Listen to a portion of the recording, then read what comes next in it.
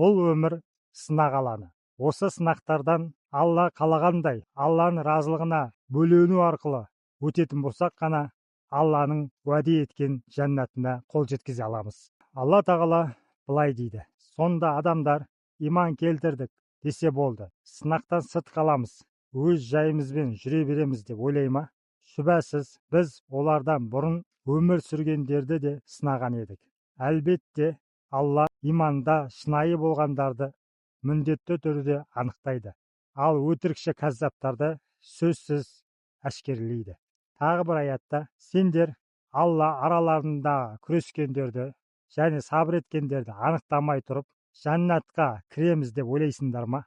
Және тағы бір аятта: өздерінен бұрынғылардың бастарына келген сынақ сендердің бастарына келмей тұрып, жәннатқа кіреміз деп ойлайсыңдар ма? деп осылай бұл өмірдің сынақ өмір екендігін ескертеді.